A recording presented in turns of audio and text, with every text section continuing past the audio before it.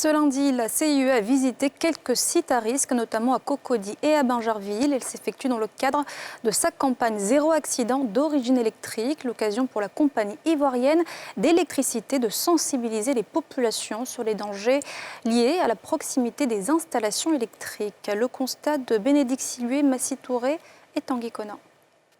Cocody à Quedo, zone placée sous haute tension du fait de la présence de plusieurs ouvrages électriques. C'est à cet endroit que ces habitants se sont installés au risque de leur vie, s'exposant chaque jour à des risques d'électrocution. Dans le but de sensibiliser la population, 2 visites de terrain ont eu lieu ce lundi 31 juillet sur les sites dits à risque, à Quedo et Bingerville. Il faut noter que sur les risques électriques, on a plusieurs problématiques. La première problématique concerne l'occupation des emprises des ouvrages. La seconde problématique qu'on doit gérer, c'est la sécurité des biens des personnes.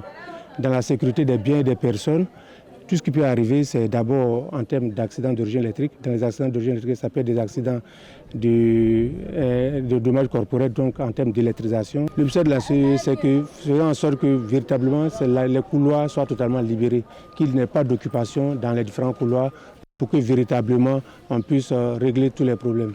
Cap sur Bingerville, seconde visite du jour. Ici, la ligne Riviera-Bassam 2, 90 000 volts, est exposée à un risque d'éboulement dû aux travaux de construction réalisés à proximité des ouvrages électriques. Le site est totalement, le pylône est totalement déchaussé. Donc en termes d'accès aujourd'hui, si nos équipes doivent intervenir, ça sera très difficile de pouvoir accéder aisément.